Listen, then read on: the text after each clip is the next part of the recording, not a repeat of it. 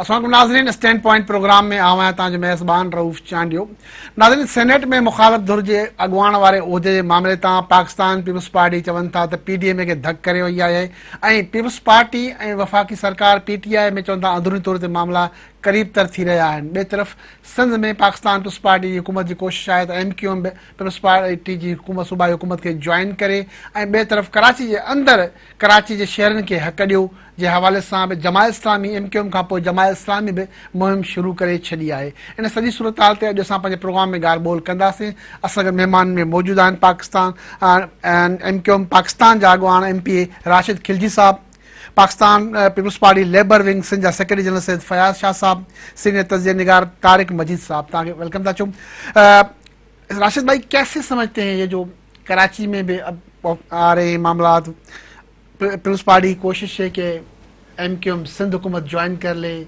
पहले आप MQM के ख़िलाफ़ थे और PTI के ख़िलाफ़ थे, फिर उनसे आपकी कोलिशन हो गई, फिर अब दोबारा पीपल्स पार्टी के साथ भी मामला कह रहे हैं कि चल रहे हैं, दावतें शावतें मिल रही हैं। यार भाई, एक तो सियासत में कोई बात उर्फ़ आखिर नहीं होती जी।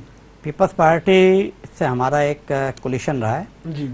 और पीपल्स पार्टी के अलावा हमने मुस्लिम लीग नून से भी इत्तेहाद किए। मादी में इन तमाम तर जो सियासी मैदान के ताब से देखा जाए, सियासी एतबार से देखा जाए, तो उन इत्तेहादों के लिए हमने तहरीरी माहिदे भी किए और उनका मकसद यही था कि हम अपने जो वोटर्स हैं, अपने शहर के लोगों को वो जो उनके इशूज़ हैं उनको एड्रेस कराएं और उनके मसाइल हल कराएं। लाज़मी आदमी इलेक्शन जीतने के बाद अपोजिशन में बैठने के लिए नहीं आता, यही कोशिश करता वो हुकूमत बनाए और हुकूमत करे। सही। लेकिन MQM मुसलसल अपोजिशन में बैठी है। पिछले जो 5 साल थे उसमें कुछ अरसे हमने ज्वाइन किया था, लेकिन पीपल्स पार्टी की जानिब से वो हमारे साथ जो सियासी तौर पर जो उन्होंने हमसे वादे किए थे, जो सियासी तौर पर हमारा माहिदा हुआ था, उसके बिल्कुल बरखिलाफ जाके उन्होंने काम किया। सही। अब भी हम ये कहते हैं कि भाई ठीक है, आप अमली काम करके दिखाएं, उसके बाद फिर लाजमी MQM का एक MQM जमहूरी जमात है और उसके अंदर राब्ता कमेटी का फोरम है, वो बैठ के डिसाइड करता है और उस फोरम तक जो भी चीज़ आती है वो निचली सतह तक उसके लिए राय ली जाती है। हमारे यूनिट सेक्टर से भी राय ली जाती है कि भाई इस तरह की चीज़ है। तो सरदस्त कोई ऐसी बात पीपल्स पार्टी की तरफ से आई है और हमने उस चीज़ को देखा है। PTI से माहिदा करने की वजह यह है कि मुस्लिम लीग नून और पीपल्स पार्टी से MQM ने 12 माहिदे किए। वो उनकी हवाले से MQM के जो भी तजर्बा रहा वो कोई इतना खुशाइन नहीं रहा। PTI को पहली दफ़ा मौका मिला था, हमने इनसे माहिदा किया, कुछ इशूज़ के ऊपर बात होती है, कुछ इशूज़ के ऊपर हमारा इख्तलाफ भी होता है, लेकिन हम in the larger interest of democracy हम ये चाहते हैं कि पाकिस्तान में ये सियासी निज़ाम चलता रहे और पाकिस्तान के ऐवान फैसला करें पाकिस्तान की पॉलिसी साजी का, ना कि कोई और कुव्वतें बैठ के फैसला करें। सही। उस हवाले से पीपल्स पार्टी ने दावत की थी, एक ऑफ़र की थी, दावत दी थी मुत्तहिदा कौमी मूवमेंट को सेनेट इलेक्शन से पेशतर, और उसके बाद भी उन्होंने दी। लेकिन MQM यही कहती है कि मादी में जो कुछ भी हुआ उन चीज़ों का पहले अजाला करे पीपल्स पार्टी। इस शहर के अंदर क्या अजाला करे? हजारों की तादाद में नौकरियां दी गई जाली डोमिसाइल के ऊपर, जिसपे MQM जब कोर्ट में गई तो उस टाइम तो मुखालफत की गई। जाली डोमिसाइल मतलब एक आदमी अगर बिलोंग करता है हैदराबाद से, वो जाके कराची में डोमिसाइल बनवा के उस कोठे पे जॉब ले लेता है। हम ये नहीं कहते कि आप उर्दू बोलने वालों को या किसी भी फ़र्द को जॉब दें, हम ये कहते हैं उस शहर के लोगों का, मकामी नौजवानों का आके। अब रिपोर्ट सारी है, नादा का डेटा कह रहा है कि कराची पुलिस के अंदर KPK से ताल्लुक़ रखने वाले बहुत सारे नौजवानों को पुलिस के अंदर भर्ती किया गया। तो बात है कि जो कराची या हैदराबाद, सक्कर, नवाबशाह, मीरपुखास के जो नौजवान हैं, वहाँ की जो लोकल ग्रेड 1 से ग्रेड 4 तक की पोस्ट हैं, जो वहाँ के लोगों के, मकामी लोगों का आके, हम ये नहीं कहते कि भाई आप MQM के लोगों को दें, उस शहर में बसने वाले, चाहे वो कोई भी ज़बान बोलते हो, जो मेरिट पूरा उतरता है। तो ग्रेड 1 से 4 का क्या मेरिट होगा? सिर्फ यही मेरिट होगा कि वो सही हो, उस जहनी तौर के ऊपर सही हालत में हो, उसको वो नौकरी मिलनी चाहिए, वो तालीमी काबिलियत के रास्ते से मिलनी चाहिए डोमिसाइल की बुनियाद पे। लेकिन अगर ये हो कि उन जॉबों के ऊपर भी दीगर डिस्ट्रिक्ट के लोग आके जाली डोमिसाइल बना के, जिनका मैट्रिक इंटर दूसरे डिस्ट्रिक्ट का है, पैदाइश उनकी उस डिस्ट्रिक्ट की, लेकिन फिर वो यहाँ से आते हैं और डोमिसाइल बनवाते हैं, PRC बनाते हैं और उस बुनियाद पे जॉब ले लेते हैं, तो मैं समझता हूँ ये एक अलमिया है इस शहर के नौजवानों के साथ, चाहे वो कोई भी ज़बान बोलते हो। मैं इसके अंदर कोई पॉलिटिकल पॉइंट स्कोरिंग नहीं कर रहा। हमने तो उसे हाई कोर्ट में लेके गए, हम कहते हैं जनाब आप हाई कोर्ट इसे डिसाइड करें, तमाम एविडेंस हमने प्रोवाइड किए। दूसरा, हैदराबाद शहर सेकेंड लार्जेस्ट सिटी है। इस पिछले 7 साल के अंदर हैदराबाद को क्या मिला उसका आपका रिकॉर्ड गवाह है। हैदराबाद को जो प्रोविंशियल एडीपी के अंदर जो शेयर मिल रहा है वो दादू से भी कम है। सही। यानी कि ये बात इस वक्त मेरे पास वो पेपर नहीं है, मेरे पास होता तो मैं आपको भेजूंगा वो पेपर। यानी कि वो प्रोविंशियल बुक जो सिंध गवर्नमेंट ने बजट बुक छापी है उसके अंदर से जो हमने वर्किंग की तो ये सामने आया कि जनाब हैदराबाद डिस्ट्रिक्ट को, मैं ये नहीं कह रहा कि मेरे हल्के को, मैं तो हैदराबाद डिस्ट्रिक्ट की बात कर रहा हूँ जिसमें तालका कासमात भी है, जिसमें तालका दही भी है, लतीफ़ाबाद भी है, हैदराबाद सिटी भी है। इसके लिए हमने फ्लोर पे भी बात की, सीएम साहब से भी बात की, और हमारा सिर्फ एक मौक़िफ़ है कि इख्तिलाफ़ राय जमहूरियत का हुस्न होते हैं। हम ये शहर अगर अपोजिशन का है, इस शहर से पीपल्स पार्टी को वोट नहीं मिले तो कोई बात नहीं, लेकिन जो यहाँ के नुमाइंदे हैं उनकी उन स्कीमों को लाजमी थे। मेरे जो अपोनेंट थे पीपल्स पार्टी के, अगर मैं 25,000 वोट लेके कामयाब हुआ तो मेरे जो अपोनेंट पीपल्स पार्टी के थे उन्होंने भी 15,000 वोट तो लिए ना, यानी कि 15,000 वोटर तो आपके भी इस शहर में सही। शाह साहब जी साईं चयो त हैदराबाद पुलिस पार्टी सदाई धोखो करे थी, वाइदनि ते पूरो नथी लहे। कराची में खे बि नज़रअंदाज़ कयो वियो आहे, हैदराबाद खे बि नज़रअंदाज़ कयो वियो आहे, हैदराबाद में तरक़ियाती कम न थिया आहिनि। बिस्मिल्लाहिर्रहमानिर्रहीम। पहिरीं ॻाल्हि त मतलब जो आउं इन सां मुतफ़िक़ न आहियां खिलजी साहब जी, रशीद भाई जी, उन जो पंहिंजो आहे मौक़िफ़ जी ॻाल्हि खे आहे। हैदराबाद जे हवाले सां जेकी माना तरक़ियाती कम थिया बि ॻाल्हि खे आहिनि, जाम मूं पहिरीं अर्ज़ु कया ॻाल्हि खे त जेको लतीफ़ाबाद मां जाम ख़ान शोरे साहब जेको माना उन लतीफ़ाबाद जो में अचे थो इलाइक़ो, देही बेहाड़ी जो में इलाइक़ो अचे थो, मूं 3 अरब जो कमु उन में जेको आहे जाम ख़ान शोरे साहब करायो। हैदराबाद जे उन में बि जेको माना जीअं टंडोवरी वञो इलाइक़ा आहिनि, मार्केट जेके रोड ठहिया था उन उहो बि पीपल्स पार्टी माना जाम ख़ान साहब कराया। ऐं जॾहिं 2008 में मां इलेक्शन विड़ियोसि जेको माना वसीम साहब मुंहिंजे मुक़ाबले में हो वज़ात में, त साईं काइम अली शाह साहब माना सिंध जो प्रेसिडेंट हो ऐं वज़ीर आला बि हो। उन टाइम ते असां पाण जेके इन्हनि पाड़नि में इलाइक़नि में कमु करायो उहो नाम लिखिया पिया आहिनि, उनमें शइ न आहे।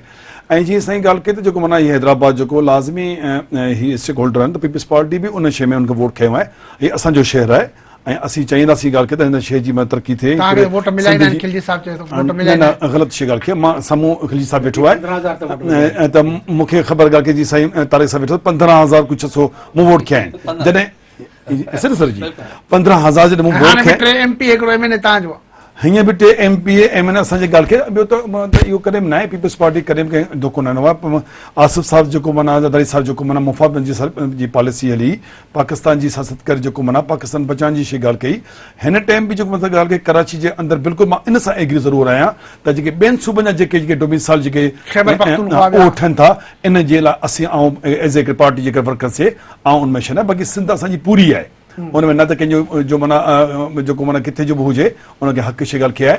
ऐं उर्दू ॻाल्हाइण वारा बि असांजा सिंधी भाइर आहिनि, हीअ धरती बि उन्हनि जी ॻाल्हि खे आहे। जेतिरा जेकॾहिं जेतिरा सिंधी आहिनि ओतिरे उर्दू जो हक़ आहे, उहो बि सिंधी सां उनखे बि सिंधी त सिंधो कयां त इहो कतनि न आहे त पीपल्स पार्टी कंहिंखे धोखो कयो आहे। ऐं आउं चाहींदुसि त जेको माना अॼु हिन फोरम ते जेको आहे त जीअं साईं ॻाल्हि कई खिलजी साहब जेको आहे रशीद भाउ त पीपल्स पार्टी तव्हांजी पंहिंजी पार्टी अथव त जेके सिंध जी हक़ जी लाइ विड़ी सघे थी, हिन मुल्क जे लाइ विड़ी सघे थी। असां सां तव्हां ठहो था ऐं तव्हां असां सां सुहो था। बाक़ी जेको माना जेको हीअं हुकूमत की PTI जी आहे उन ते पाण कोन था अचूं जेके तव्हां साल ॻाल्हाईंदासीं, उहो त जेको माना उन्हनि असांखे धोखो ई ॾिनो आहे हिन मुल्क में। जेको इमरान ख़ान साहब चयो त बाबा 1 लख जेके नौकरियूं मिलंदियूं, हेतिरी जॉब्स मिलंदियूं ॻाल्हि खे, त इहो माना उहो तव्हां सभिनी खे ॾिठो त कहिड़ी हालतूं आहिनि, हीअं महांगाई जो दौरु कहिड़ो शइ लॻो पियो आहे। बाक़ी जेको तव्हांजो माना जो हक़ आहे जेको असां कॾहिं बि इहो कोन चयो त माना ॿियनि माण्हुनि जे अची हुनखे तव्हां डोमिसाइल ॿिया जाइनि ऐं कराची जे अंदरि हुनखे नौकरियूं मिलनि। असां बिल्कुलु न मेरिट थी जेके जॉब्स ॾिनियूं आहिनि बिल्कुलु बिल्कुलु बिल्कुलु। तव्हां छा चवंदा आहिनि ॿिन्ही दोस्तनि जी ॻाल्हि खे? ॿिन्ही दोस्तनि सां थोरो इख़्तिलाफ़ कंदे अर्ज़ु कंदुसि त MQM पाकिस्तान पीपल्स पार्टी जे मुख़्तलिफ़ दौरे हुकूमत में शामिल रही आहे। कराची, हैदराबाद जो जेके म्यूनसिपल इदारा आहिनि उन्हनि में बि MQM पाकिस्तान पीपल्स पार्टी जे दौर बाद तमामु बिला शिरकत गैर पंहिंजे इक़्तिदार जी मालिक रही आहे। इन्हनि शहरनि में जेका तरक़ी थी आहे, कराची, हैदराबाद, सखर, मीरपुर ख़ास, नवाबशाह, उन में जेकर असीं पाकिस्तान पीपल्स पार्टी ते क्रिटिसाइज़ गवर्नेंस जे हवाले सां ऐं इन हवाले सां त पाकिस्तान पीपल्स पार्टी खे जेको डिलीवर करिणो हो सो पीपल्स पार्टी न करे सघी, इन में बि को शक न आहे।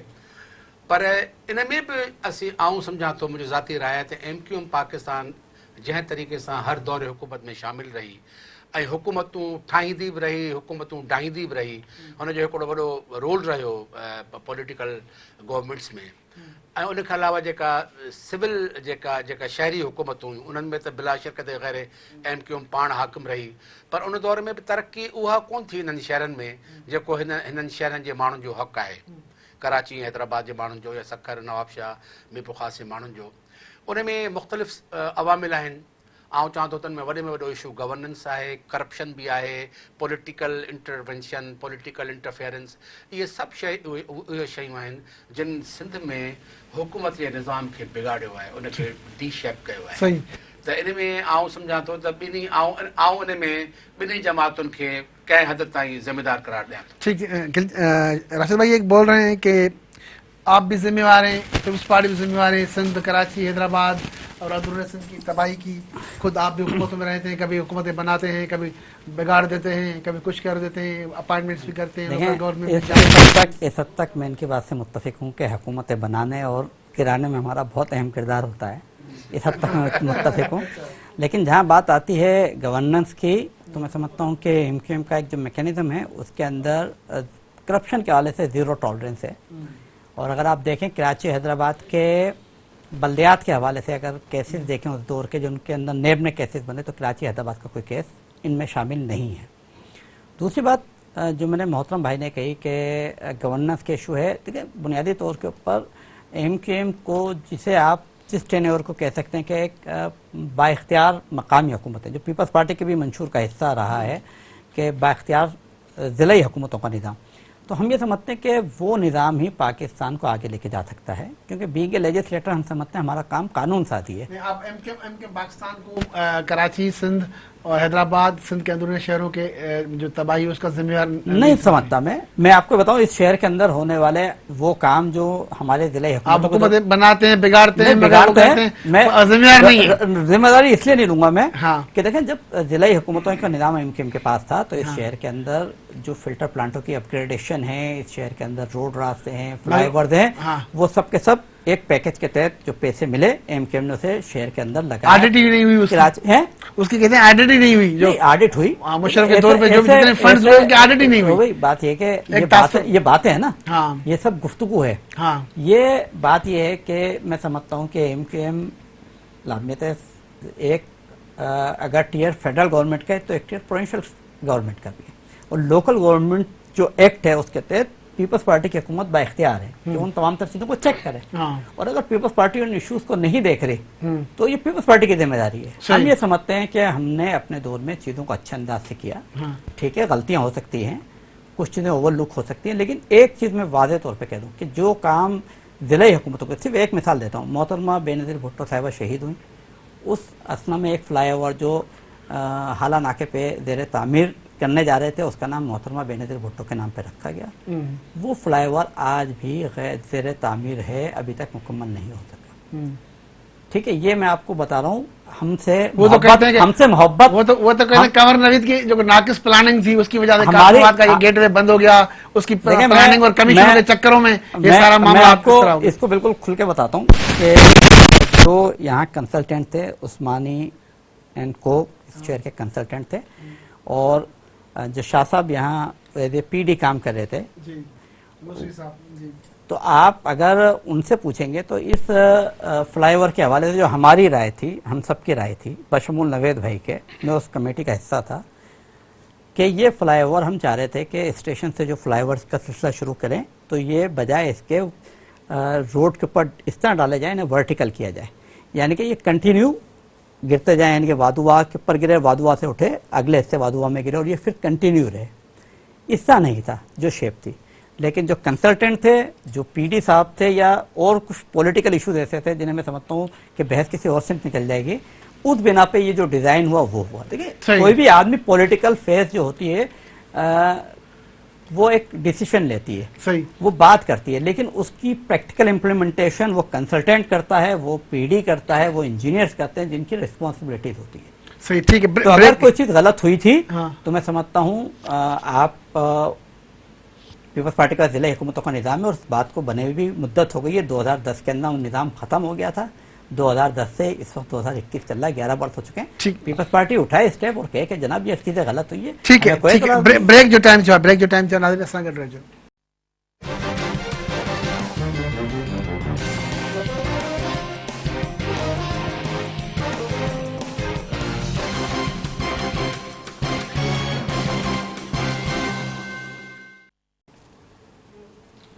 वेलकम बैक नाज़रीन। साईं फयाज़ शाह साहब, राशिद खेल जी बात चवे थो त एमक्यूएम हुकूमत ठाहींदी बि आहे, ड्राईंदी बि आहे, पर ज़िम्मेवार असां न आहियूं। सॼी तबाही बिल्कुलु पीपल्स पार्टी अकेली ज़िम्मेवार आहे, जंहिंजी बैड गवर्नेंस जे करे मामला थियनि था। 2010 जी पुल आहे, 2021 में न ठही सघी आहे। मुंहिंजे ख्याल में त राशिद साहब जेको माना जी ॻाल्हि कई त उन जॉब पाण ॾेई छॾी त ठाहींदा बि आहियूं ठाहींदा बि आहियूं। हा त पोइ हाणे उनजो जॉब त साईं पाण ॾेई छॾियो त माना जेको माना जेके ठाहिनि बि था ऐं ठाहिनि था। हा त घटि में घटि जीअं राशिद भाई ॻाल्हि कई त आउं अर्ज़ु कयां त जेको त ही जेके 11 हमेशह एमक्यूएम ई जेको 50 साल इक़्तिदार में रही आहे। सही पीपल्स पार्टी सां गॾु हुजे, मुर्शिद जो माना 11 साल दौर हुजे, सही या जेकॾहिं ॿियूं नून लीग जी हुकूमत हुजे, त तव्हां जेकॾहिं पीपल्स पार्टी खे त असीं नथा चई सघूं न ॻाल्हि खे। तव्हां ॾिसो त शहर जी हालतूं कहिड़ियूं आहिनि। सही लाज़मी MPs थियनि था, MNS थियनि था, त जीअं मुतहिदा क़ौमी मूवमेंट जा ई त शहर में थियनि था। सही तव्हां शहर जी त हालत ॾिसी वठो हा त कहिड़ी हालत आहे। हाणे साईं ॻाल्हि खे अर्ज़ु कई त ॻाल्हि कई त जेको माना को कमु न थियो आहे, मूंखे तव्हां ॿुधायो त हीअं सिंध जे अंदरि पूरे पाकिस्तान पहिरें नंबर ते जेको पीपल्स पार्टी कमु कयो आहे, NICDV जो माना हॉस्पिटल ठही अथनि। तव्हांजो कराची में, तव्हांजो लाड़कानो, तव्हांजो हैदराबाद, टन मोहम्मद ख़ान, सखर, पूरे जेको उते 1000 खां वठी 42 लख ताईं जेको माना माण्हू जे लाइ उन ते ख़र्चु थिए थो। सही उनमें बैटरी जेकी माना जेके माण्हू हार्ट जे हवाले सां शइ लॻे थी। वरी इन खां पोइ माना इन ई पीपल्स पार्टी जी गवर्नमेंट जेको आहे, जेको कोयसार में डेंटल हॉस्पिटल जेको माना इहो शइ कयो आहे, उनजो 80% जेको माना कमु हली रहियो आहे ऐं कुझु % कमु रहियल आहे। वरी इन खां पोइ जेको तव्हां ॾिसो त वफ़ाक़ी गवर्नमेंट जेको NSC अवार्ड जेको असांजो हक़ माना खसियो थो वञे, त उहो त मथे मर्कज़ जे अंदरि ई शइ आहे न। त इहो कतन इहा शइ न आहे त पीपल्स पार्टी कमु न कयो आहे। कमियूं शयूं कोतायूं पंहिंजे जॻह ते शयूं थी सघनि थियूं कंहिं जॻह ते, पर अहिड़ी क़िस्म जी ॻाल्हि न शइ न आहे। तव्हां ही पुलूं ॾिसो जेको माना उहो तव्हांजे जेको माना ऐं मुतहिदा जी दौरो हुयो, इहे पुलूं ठहियूं आहिनि। तव्हां ॾिसो त हीअ होश मुंशी शहीद जी पुल आहे, उनजी कहिड़ी कंडीशन आहे। हाला नाके खां परियां जेको माना टंडो जाम जो रस्तो जो वञे थो, राशिद बात तो हाणे तव्हां ठारायो, असां त कई तबाही कई जी। त असां ठारायो। उहो जिते मुंहिंजी नॉलेज जे मुताबिक़ जी साईं ॻाल्हि कई त जेको माना उहो जेको मोहतरमा मूंखे ख़ुदि ॾुख थिए थो त मोहतरमा शहीद जे नाले सां, बेनज़ीर शहीद जे नाले सां जेके पुल आहे, उहो चवंदा जेको हुन में को केस हले पियो, ठेकेदार जेको माना उहो माना को भॼी वियो आहे, रेट वधी आहे, 12 साल थी आहे, पर उनखे शइ पूरी थियणु घुरिजे। इहो जेकी शइ ॻाल्हि खे आहे न असांखे करणु खपे। पर असां कॾहिं बि न चाहींदासीं ॻाल्हि खे जेको माना हैदराबाद ऐं सिंध जी तरक़ी थिए, ऐं उहो त कयूं पिया, कमकार शइ माना थियनि पिया, हले पियो शइ ॻाल्हि खे। ऐं तव्हां हू लतीफ़बाज़ तव्हां ॾिसो त मटेरियल कहिड़ो आहे, नाक़िस क़िस्म जो मटेरियल जेको थियल आहे जेको आहे, जंहिं पीपल्स पार्टी जे अंदरि जेको को माना के कमु थियनि था, जेकॾहिं का शइ माण्हुनि में हिते अवेयरनेस आहे, मीडिया में एॾी अवेयरनेस आहे, जॾहिं ग़लति कमु थिए थो त माण्हू उनजी माना रड़ करे थो। त माज़ी में बि इहे शयूं थियूं आहिनि। त चवण जी शइ ॻाल्हि त जीअं राशिद भाई चयो जेको आहे त असांजो ईअं में हथु आहे हुकूमत ठाहिण में ॾाइण में, उहो जवाबु पाण ॾिनो आहे ॻाल्हि खे। पर आउं सम्झो त ईअं न आहे ॻाल्हि खे, त पीपल्स पार्टी हिकिड़ी वॾी हिकिड़ी पार्टी आहे, पाकिस्तान जी विदेशी पार्टी आहे, ऐं असीं चाहींदासीं त जेको ज़रूरत एमक्यूएम जी आहे, बार-बार वञी मिंथू कयो था ॾियो न असीं मिंथू न, असीं माना जेको मां ॿुधायां त मुफ़ाहमती जे करे, पॉलिसी जे करे असीं चवंदासीं ॻाल्हि खे त हीअ असांजा ई सिंध जी औलाद आहिनि, सिंध जा पुट ॻाल्हि खे असां सां ई माना ही ठहनि था। ऐं मूंखे उमेदु आहे त उहो ॾींहुं परे न आहे, अॼु मुंहिंजो अल्फाज़ यादि कजो त एमक्यूएम असां सां गॾु हुजे। ठीकु आहे। तव्हां साईं तार साहब बार-बार एमक्यूएम बि गॾु थिए थी, पीपल्स पार्टी वारा खे मिंथू करिया। उसूलनि जी सियासत आहे कोन हिते आहे, मफ़ादनि जी सियासत, हिते आहे कुर्सी जी सियासत। हिते त हिकिड़े ॾींहुं एंटी एस्टेब्लिशमेंट ॻाल्हियूं थियनि थियूं, ॿिए ॾींहुं प्रो एस्टेब्लिशमेंट स्टेट थियनि था। त हिन मुल्क में इहे माना माण्हू एतिरो आदी थी विया आहिनि हिननि शयुनि जा त एमक्यूएम 10 दफ़ा मुस्लिम लीग नून सां गॾु वई, पीपल्स पार्टी सां आई, वरी PTI में वई। को वक़्तु हो तव्हांखे यादि आहे त इमरान ख़ान साहब जी एंट्री बि बंदि हुई कराची में, ठीकु आहे न। हाणे उहो नफ़ीस माण्हू आहे। त छा आहे त सियासत आहे पाकिस्तानी पॉलिटिक्स में, उसूल ऐं जेकर उहा शइ त न आहे। हिते त मफ़ादनि जी सियासत आहे। अॼु अव्हांखे कंहिंजी ज़रूरत आहे। अव्हां ॾिसो त रिसेंटली जेके इवेंट्स थिया आहिनि, रिसेंट जेके पंहिंजी पॉलिटिकल डेवलपमेंट्स थियूं आहिनि, त उन में ई माण्हू मायूसी जो शिकार आहिनि त हिन मुल्क जी सियासत जी सिमत कंहिं तरफ़ आहे। त ॻाल्हि इहा आहे त मां राशिद साहब खे हिकिड़ी ॻाल्हि कयां। राशिद साहब सिंध जे शहरी इदारनि जे हवाले सां ॻाल्हि ॿोल कई।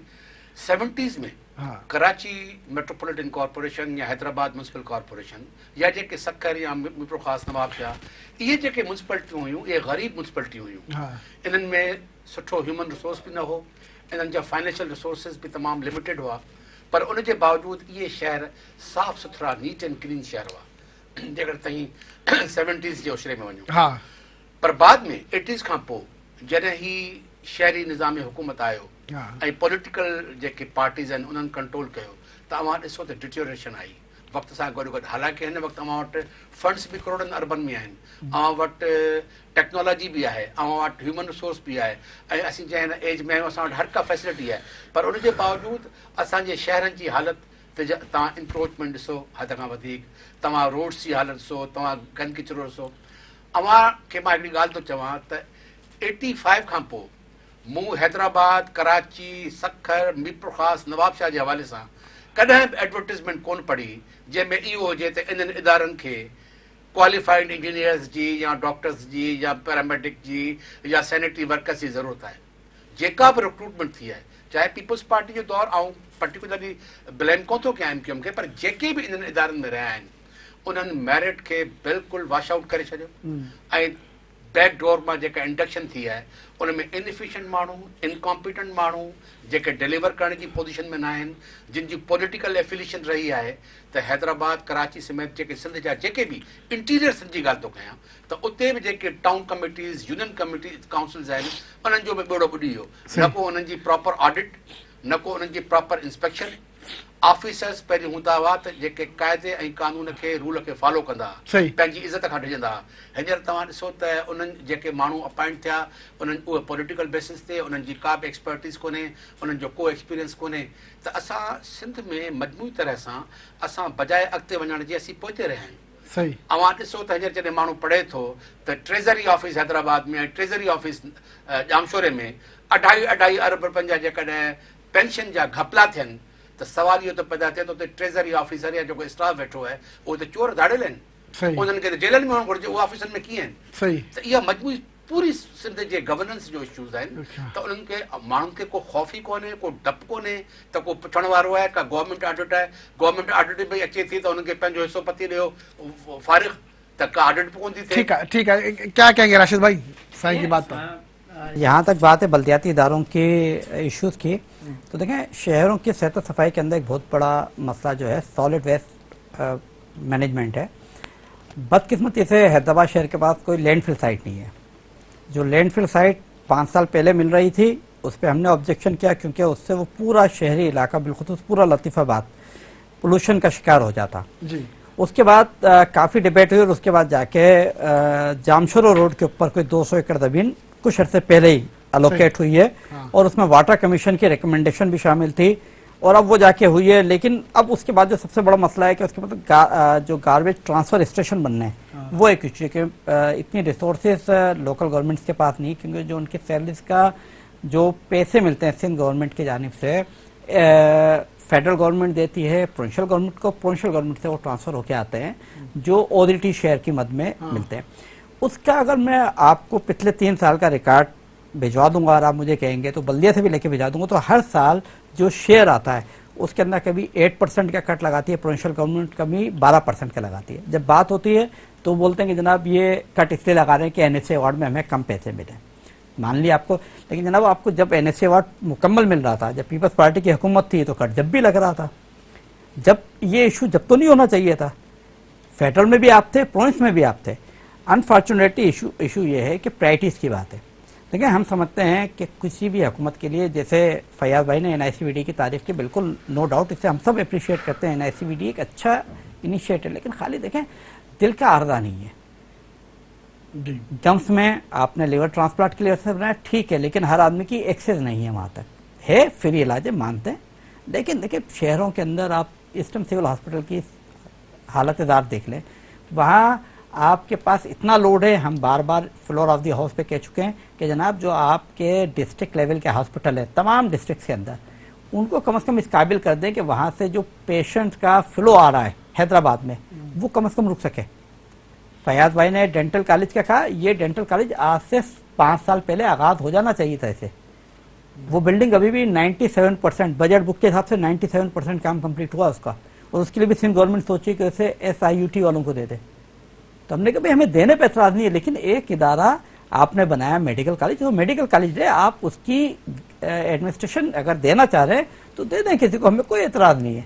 लेकिन कम से कम इस शहर के नौजवानों को, हैदराबाद जो सेकंड लार्जेस्ट सिटी है, इसके नौजवानों को हक मिले। सिविल हॉस्पिटल के अंदर दवाइयाँ पूरी नहीं दे पा रहे हम, इसलिए नहीं दे पा रहे कि प्रेशर बहुत है। सही है। हमने प्रपोजल दिए कि आप कासमाद हॉस्पिटल को अपग्रेड करें, पेटाबाद हॉस्पिटल को अपग्रेड करें, कोसार हॉस्पिटल को अपग्रेड करें, शाह भिटाई हॉस्पिटल को अपग्रेड करें, ताकि जो लोकल प्रेशर है शहर का वो तो टूटे। सही। लेकिन आज भी आप देख लें, कोई भी इमरजेंसी होती है तो आदमी सीधा सिविल हॉस्पिटल की अस्पताल तरफ जाता जाता है। है। इसलिए जाता है कि बाकी जगह आपके पास कॉम्पिटेंट स्टाफ नहीं है, आपके पास शॉर्टेज ऑफ स्टाफ है। ठीक है। तो ये सब इश्यूज मौजूद हैं। ब्रेक का टाइम हुआ है, नाज़रीन ब्रेक जो टाइम थियो आहे।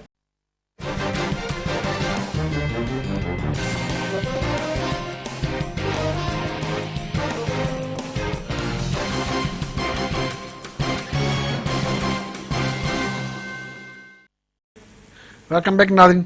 साईं शाह साहब, जीअं ब्रेक खां अॻु में बि साईं तारिक मजीद साहब चयो त पीपुल्स पार्टी हमेशा MQM सां गॾिजी सिंध जे गवर्नेंस जो बेड़ो ॿोड़ियो आहे, सिर्फ़ु पंहिंजूं हुकूमतूं बचाइण लाइ, उनखे लॉन्ग टर्म ॾियण जे लाइ। हालांकि कॾहिं कॾहिं पीपुल्स पार्टी जी ज़रूरत बि न हूंदी आहे, MQM जी सीटुनि जी, वोटनि जी ज़रूरत बि न हूंदी आहे, पर पोइ बि ज़बरदस्ती उनखे शामिलु करे मामला वधीक ख़राबु कंदा आहिनि। पहिरीं त तारिक साहब जे लाइ मूंखे इलाही इज़त आहे ऐं मुंहिंजे लाइ तमामु मुंहिंजो वॾो बि आहे ऐं इन शइ सां बिल्कुलु मुतफ़िक़ न आहियां त पीपल्स पार्टी जेको पंहिंजे मुफ़ादनि जे ख़ातिर जेको माना MQM सां शेयर करे हमेशह जीअं लाज़मी ही बि मुतहिदा क़ौमी मिलिट्री पाकिस्तान जेकी आहे त उहो बि हिकिड़ी स्टेक होल्डर आहे ऐं पीपल्स पार्टी जी लाज़मी कराची जे अंदरि, हैदराबाद जे अंदरि जो माना MPs MNS थियनि था त जीअं मूं शइ ॻाल्हि कई त माज़ी जे अंदरि असां आसिफ़ ज़रदारी साहिबु जेको माना 5 साल जी हुकूमत जेकी माना हलाई ॻाल्हि खे त उन कढियो, जेको पीरियड टाइम कढियो त माना इहो माना सभिनी खे गॾु खणी हलियो त मुफ़ातिमानी पॉलिसी जे करे त इहो कतन शइ न आहे। बाक़ी हा तारिक सां हिकिड़ी शइ ॻाल्हि जेकी कई ऐं मुंहिंजो जेको हुन ज़मीर मुंहिंजो चए थो त बिल्कुलु ऐं उन कुझु ॻाल्हियुनि सां साईं सां मुतफ़िक़ शइ ॻाल्हि कई आहे न, जेके कॉम्पिटेंट जेके नौजवान जेके उहे आहिनि ऐं उन्हनि खे अॻियां अचणु खपे, जेके माना माउ पीउ पंहिंजे औलाद खे माना महिनतूं करे पढ़ाए ऐं छो त आउं बि हिकु महिनत कश जो मज़दूर जो पुटु आहियां ऐं पोइ करे जेके पढ़ाइनि था त पोइ जेके उहे इंजीनियर, उहे डॉक्टर, उन्हनि खे शो हक़ नथो मिले, उन्हनि खे मिलणु घुरिजे। ऐं उहे माण्हू त जेके जेके करप्शन कनि था ऐं जिनखे जेके जीअं साईं ॻाल्हि कई त जेको ट्रेज़री जे अंदरि इहा ॻाल्हि खे उन्हनि खे माना असीं पीपल्स पार्टी सपोर्ट खे न कई आहे, न कंदी, उन्हनि खे ॿधो वञे पियो। जीअं साईं ॻाल्हि कई जेको माना हैदराबाद जे हवाले सां सिविल हॉस्पिटल त उहो हैदराबाद सिंध जी दिलि आहे, हैदराबाद सिंध जी दिलि आहे। हे ॿियो जेको वरी कासाबाद जो इलाइक़ो इन में सिंध जो हर UC जो माण्हू ते रहे थो। सही। हिते भिटाई हॉस्पिटल के, सिविल हॉस्पिटल के जेको आहे, कासाबाद हॉस्पिटल के जेको आहे, पेटाबाद हॉस्पिटल के जेको आहे, इनखे अपग्रेड कयो वञे। सिविल हॉस्पिटल जे अंदरि जेको माना जेको तव्हां ॾिसो त वाक़ई उनमें कुझु ॻाल्हियूं शइ बहितर थियूं आहिनि ऐं मूंखे इहो बि शइ ॻाल्हि कयां मूंखे इन शइ जी नाहे त कुझु अफ़सरान जेके अचनि था उहे पंहिंजा पेट भरे ऐं उहो माना असांजो हक़ माना जेकाई माना मिसकिननि जो उहो करे जेको माना हिते करप्शन कनि था, असीं उनजी फेवर में पीपल्स पार्टी रोकींदो, उनखे सिंध गवर्नमेंट रोकींदी, असीं रोकींदासीं, तव्हां रोकींदा। उहो ई त राशिद भाई चवे थो, तारिक साहब उहो ई चवे थो त माना इहा करप्शन जी कहाणी बंद ई नथी थिए। ॾिसो ॻाल्हि खे करप्शन ॻाल्हि खे जेकी बंदि जी ॻाल्हि आहे त उन सिंध गवर्नमेंट त कोन शइ ॻाल्हि कई आहे, पर जेकॾहिं का शइ थियनि थियूं DHO MS या ट्रेज़री ऑफिसर सिंध गवर्नमेंट रखे थी न, लाज़मी MQM वारा त कोन था रखनि या PTI वारा त कोन था रखनि। बिल्कुलु तव्हां ई निशानदी कंदा, असांजो ही हिसो रहिया आहिनि न, MQM असांजो हिसो रही आहे त उहो निशानदी करे सघे थी न, इदारनि जे अंदरि जेको आहे असेंबली जे अंदरि उहो निशानदी करे सघे थी। त बाक़ी इल्ज़ाम त कंहिंखे ईअं आणणु त इहो आसान आहे, पर असां पीपल्स पार्टी कॾहिं बि इहो न चाहींदी त जेको माना जेको न इदारनि जे अंदरि जेकी रीछ थिए ऐं ख़ासि करे उहो बि इदारा कहिड़ा जेके माना हेल्थ हुजे ऐं आउं सम्झां थो जेके दुनिया जी ॿियूं कंट्रियूं जेके आहिनि उनमें हेल्थ ऐं एजुकेशन उनखे मतिलबु सिहत खे अहमियत ॾिनी वेंदी आहे।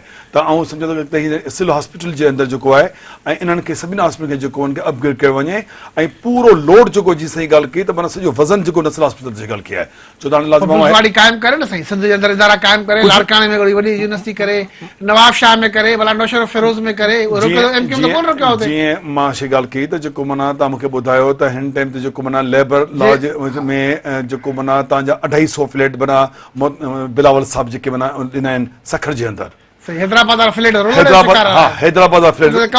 बिल्कुलु न कब्ज़ा नथा करे सघनि ॻाल्हि खे त उहो ॾियणु घुरिजनि हुनखे। बिल्कुलु आउं चवां थो इहो सुवाल बि न हुयो, पर तॾहिं मूं शइ निशान दी आऊं कयां पियो त ॻाल्हि खे त इहा शइ करणु खपे।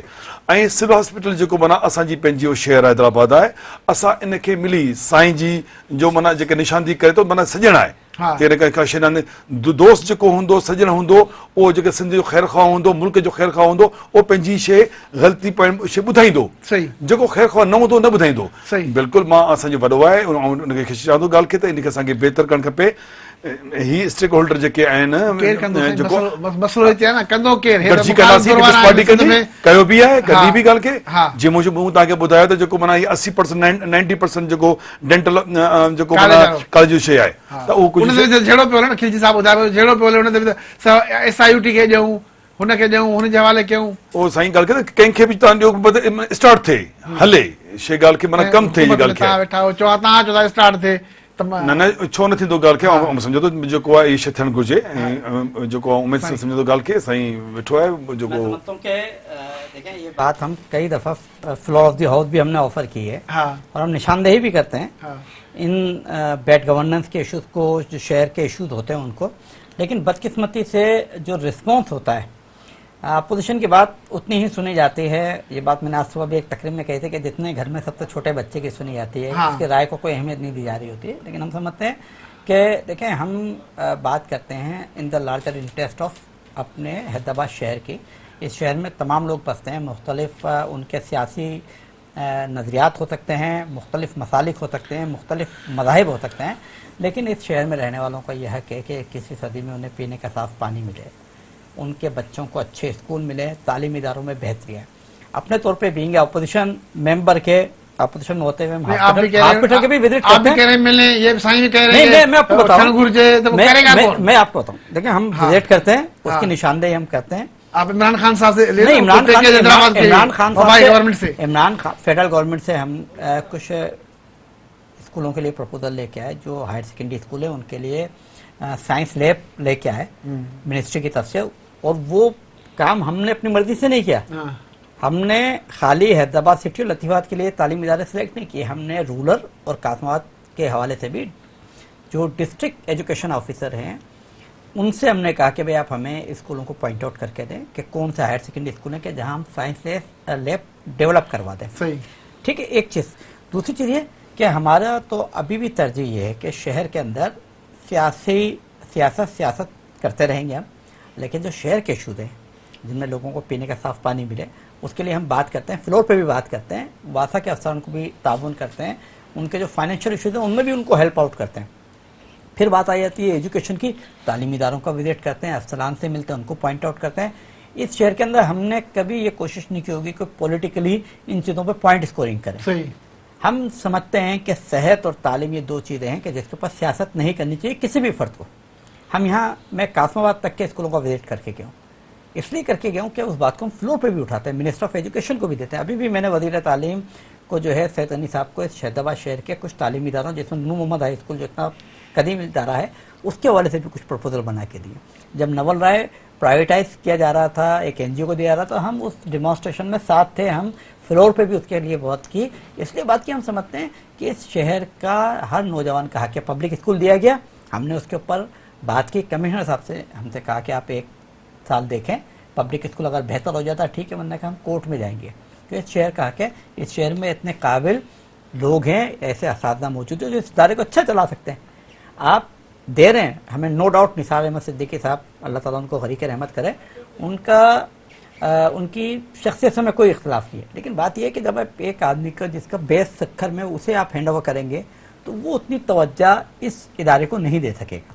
सही। जो यहाँ बैठ के यहाँ के मकामी लोग देख सकते हैं। सही। पब्लिक स्कूल के साथ बहुत सारे लोगों की अटैचमेंट रही है, उनमें से आप किसी को उसका, हम तो मतलब सियासत से हट के हम बात कर रहे हैं। सही, ठीक है। तर्ज़ ये जो सियासत हटी करे मामला साईं वारा भी चंदा थियण घुरिजे, साईं वारा चंदा असां दौरा कंदा आहियूं, ताणे मामलो हल कीअं थींदो? डेफिनेटली सिंध गवर्नमेंट ही कंदी, सिंध गवर्नमेंट ही कंदी न। हाँ। जेके स्टेक होल्डर्स आहिनि, MQM भी आहे, हाँ। ये पॉइंट आउट कनि था जेके प्रॉब्लम्स आहिनि या हाँ। जेके रेगुलेटरीज़ आहिनि, हाँ। त डेफिनेटली इहा ज़िम्मेदारी सिंध गवर्नमेंट जी आहे। सिंध गवर्नमेंट खे एक्शन खणणु घुरिजनि। हाँ। ऐं सिंध में तमामु सुठी सिविल सर्वेंट्स मौजूदु आहिनि, हाँ। ऑनेस्ट सिविल सर्वेंट्स आहिनि, पढ़ियल लिखियल माण्हू आहिनि, उन्हनि खे अॻिते अचण जो मौक़ो ॾियणु घुरिजे। ऐं गवर्नेंस गवर्नेंस तॾहिं ई बहितर थींदी जॾहिं तव्हां जेको ट्रांसफर्स पोस्टिंग्स प्रमोशन्स अपॉइंटमेंट्स उहे तव्हां मेरिट बेस कंदो पर जेकॾहिं सिंध पब्लिक सर्विस कमीशन मां जेकॾहिं पैसनि ते ऐं सिफारिशुनि ते माण्हू रखंदो त पोइ त बेड़ी ॿुॾंदी सही। तंहिंजे करे इहो करिणो कमु त सिंध गवर्नमेंट खे ई आहे सही। छाकाणि हाणे सिंध गवर्नमेंट या MQ में हाणे कोई जवाज़ कोन्हे छाकाणि हुनखे 30-40 साल थी विया आहिनि सही। गवर्नमेंट में हाँ। त डेफिनेटली माण्हू उन्हनि खे ई पुछंदा न ॿिए सही। कंहिंखां कोन पुछंदा ठीक है तारिक मजीद साहब ताईं महिरबानी साईं फयाज़ शाह साहब ताईं तमामु घणी महिरबानी राशिद खिलजी भाई ताईं तमामु घणी महिरबानी नाज़रीन ॻाल्हि हुई PDMA जे इख़्तिलाफ़नि जे हवाले सां पर ज़िक्र हली निकितो कराची हैदराबाद जे मसइलनि जे हवाले सां जीअं तारिक मजीद साहब जो त 30 साल थिया आहिनि ॿिन्ही जमायतुनि खे सो आवाम पुछे थो त मसइला हल थियणु घुरिजनि ऐं इन्हनि जमायतुनि खे पोइ वफ़ाक़ खां पैसा वठण जा सिंध हुकूमत पाण कराए पर मसइलनि लाइ तवजो लाइ हल करणु घुरिजे न त अॻिते वरी चूंडूं ईंदियूं मकानी इदारनि जूं चूंडियूं हर हिकु सियासी पार्टी खे वरी आवाम जे सवालनि जो जवाबु ॾियणो पवंदो पंहिंजे मेज़बान रऊफ़ चांडियो खे